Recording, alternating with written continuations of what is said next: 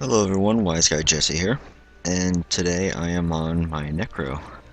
Figured that I haven't made a video for a while, so might as well go ahead and do one. And figured, I've been working on Necro for probably a couple months now. Might as well go ahead and show them off. So I'm just running the whole Power Necro build.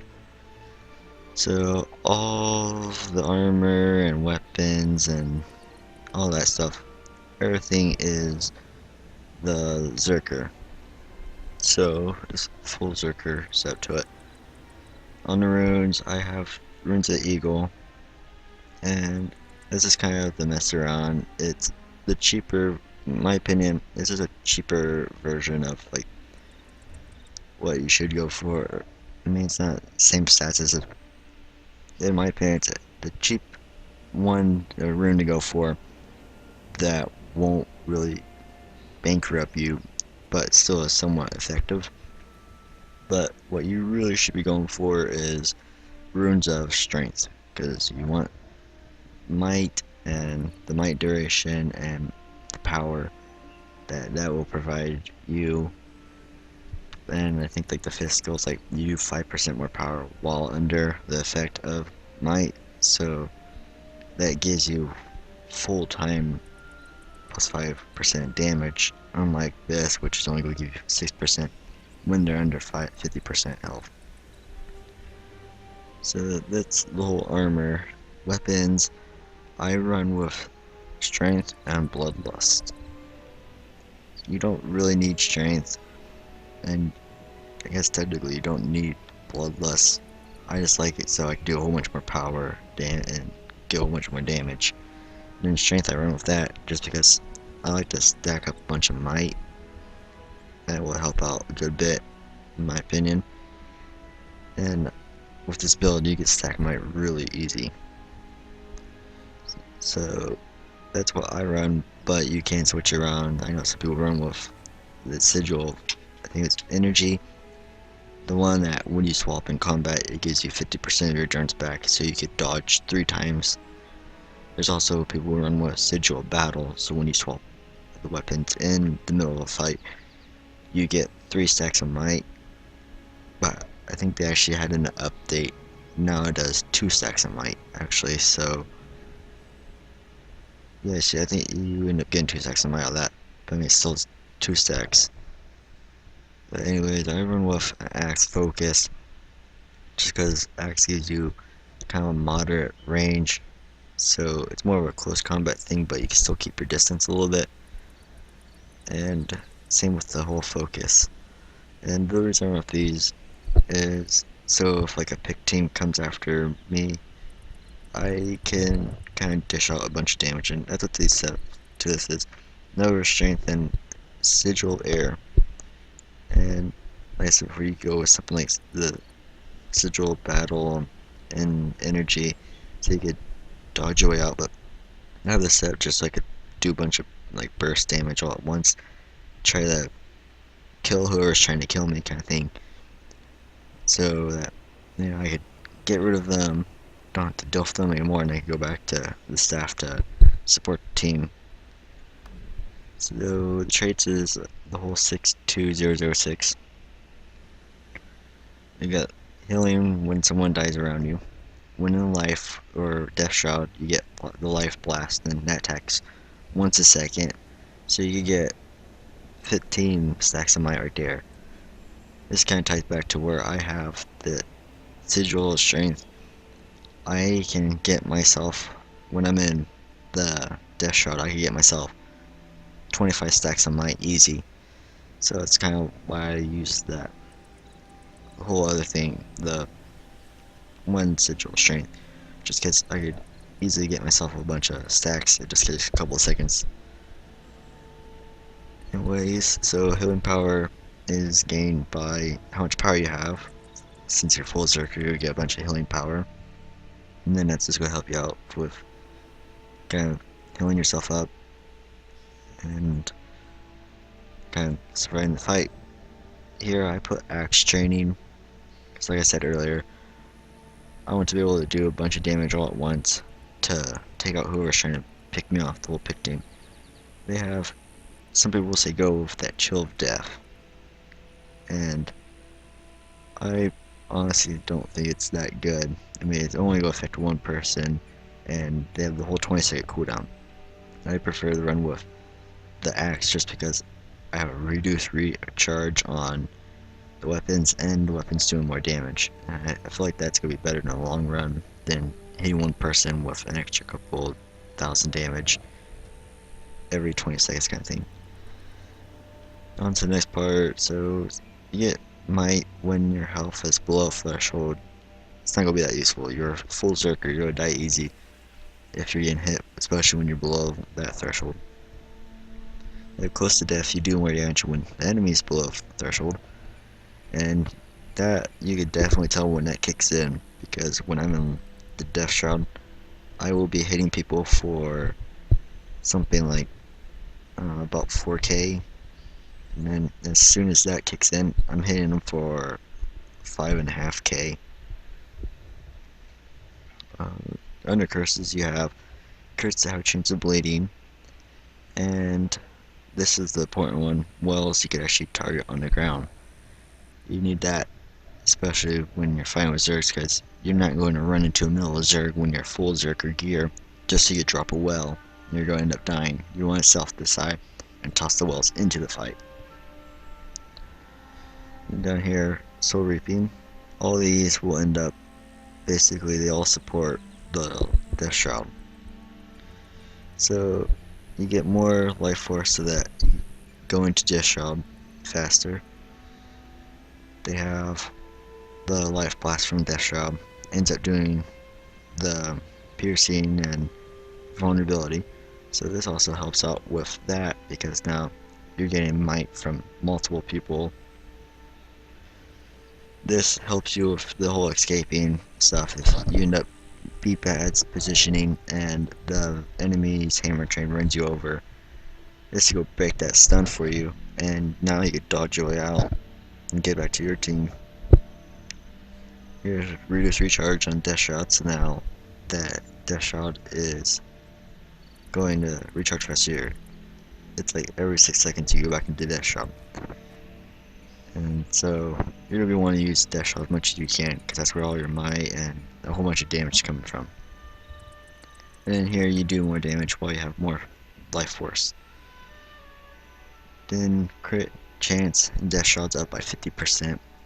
But you can already see I have a 52% right there. But I think that's the world vs. world bonus stuff. And only 50%, so I have 100% crit while I'm in Death Shroud.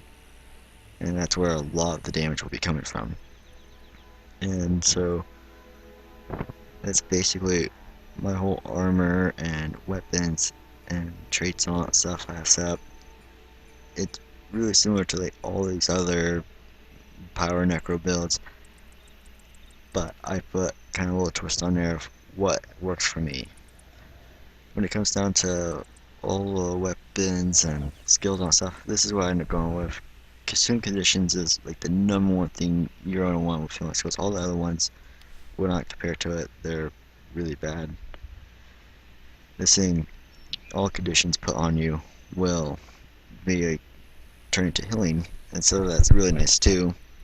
And I can't tell you how many times I've had people where they decide that they're going to throw a whole bunch of conditions on me, but when they do, my person or their setups aren't Condi builds, so then I'm getting like poisons and bleeding and a whole bunch of other things that are only doing like maybe 50 to 100 damage a second kind of thing, and then I can just consume them all and I heal up so much.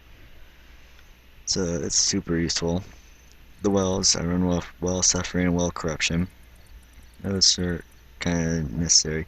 This one will do a whole bunch of damage. You toss that on the enemy regroup and you're just going to completely shred them. The corruption is going to be converting the boons into conditions onto the enemy, so that when they're throwing stability and mighting up and they're all regrouping, you throw that on there, and now their might stacks are turning into poison or something. Now they're actually hurting themselves. On skill 9, I run with the corrupt boon most of the time, just so then someone who has a whole bunch of boons on them you throw that on them, it's going to take them all away. Now that person's going to be kind of useless, and all of us are going to be turned to conditions. So now, instead of being stable and protection and might and a whole bunch of other things, now they're poisoned and they're burning and chilled and feared and stuff like that. You get confusion. So I run with that most of the time. Another couple of things that you could go with is like the other half of the time I run with the spectral grasp, just because that can be very useful, especially when it comes to the things like, I guess if there's like an engineer on the outside, like grenading the Zerg or something, you can use this and you pull that NG to you, and he's chilled, so he can't run away. He's going to have to like walk away slowly, and now he's out of position. Your whole team can just wipe him over. And you can do the same thing with, if you see like the other team's LA about to cast like a meteor shower or something, you interrupt that LA, and now they can't do all the damage with that meteor shower. Or you go with on the other team, if they have like a Necro running around, you pull that Necro, and that's what interrupt them from doing their skills, and so on. Another one that I kind of mess with from time to time, but still isn't super useful, is the Poison Cloud. They had no recent update. They lowered the cooldown time. You see it shows like unblockable stuff like that, and it's going to put weakness on the other team. If they're weak, they're only doing half the damage. So now that they're doing half the damage, their whole Zerker backline can't really do the damage that they're meant to be doing. And it shows that you will have almost 8 seconds of weakness on yourself. You just want to throw down a future mark on someone, and now we'll throw weakness on someone else, and so then you don't have to worry about it, kind of thing. But like I said, it's still not that useful. Number one priority would probably be Corrupt Boom, and Spectral Grass is only useful if, maybe if you have like a pick team or something. You could be the person who's pulling them in, and that chill is what, in my opinion, makes it one of the best pulls in the game, because now they can't run back. When it comes to Elite, you have two main choices. Most of the time is what people will pick. Sometimes I see people run with a Flesh Golem, but it's not really that good. I run with Plague Form because there are 3 different skills to it. First one does bleeding poison, second one does blindness poison, and the third one does, I think it was weakness and poison and possibly bleeding, maybe. I think there's like 3 of them on that last one. I use it just because I want to spam the second one to do blindness, and you blind the enemy, they can't really hit you. So I find that very useful. Another fun thing about Plague is it gives you, I think it was double the vitality and triple the toughness. So you could actually run along with your Zerg and move in with your hammer chain to go and do the damage, because you'll have a whole bunch of health and toughness. Another one you can go with is the whole Lich form. This is more of, you're going to kind of like soft side fight and attack, and you do a whole bunch of damage, and you could just completely destroy people in just 2 or 3 hits. The only things that kind of a problem with the Lich form is when you turn into this giant towering Lich, you're standing over everybody, you stick out like a sore thumb, and everybody's going to target you, and you'll get picked off real easy, especially if you're not in a good position. You're going to just be swarmed. So it's kind of the risk you run with when you go into Lich form. It's kind of what I like Plague Form much better. But yeah, that's about it for me. That's kind of my step to this. Like I said, there's a whole bunch of like things you sit there and tweak with it, and because this build is something I saw from a lot of other people running with Power Necro. I just made changes to this to make it my own kind of little setup thing to it. So that's about it. And I guess some of the main things you gotta remember about this build is, since you're full Zerker, you're going to want to sit off to the side. You're going to want to keep your distance.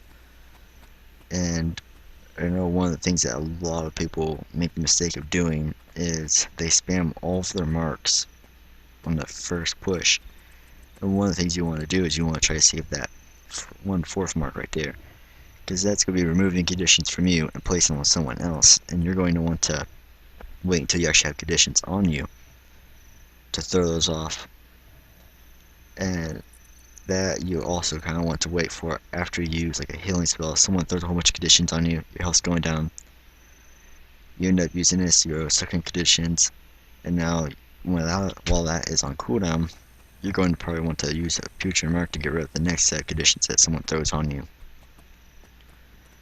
And that's about it for like, I mean, some of the other things that would be more towards like, I guess you'd think common sense is if you throw down a chill right beside a fear, that fear isn't really going to make them run away if that's what you're planning on doing. They're not going to run as far if they're chilled. So that's one of the things that people have to watch out for.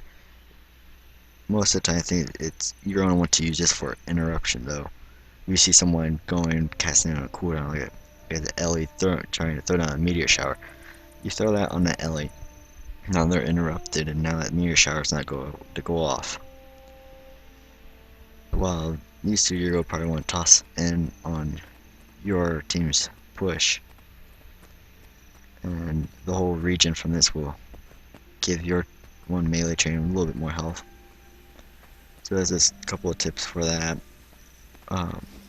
When it comes to running the whole axe dagger things, or not axe dagger, but the axe focus, some of the things that I end up running with is if I can see someone come after me, normally I start off with something like a Reaper's Touch, just so then I throw a whole bunch of vulnerability on that person, and then if they're still following after me after that's done, I end up throwing the Ghastly Claws, and that most of the time I could, when that thing fully casts, I can get the full combo total damage is about 8k or so. It's something that it can really destroy someone, so that will come in handy if you need that. So it is basically all I have for little helpful tips that I remember about the skills or whatever, and that's my whole setup to this. So I hope you guys all enjoyed, and sorry for not making more videos and stuff. I'm trying to work that out, so should be making more soon. So if you enjoyed, go ahead and hit the like button. Feel free to subscribe, and I guess I will see you guys next time. Bye.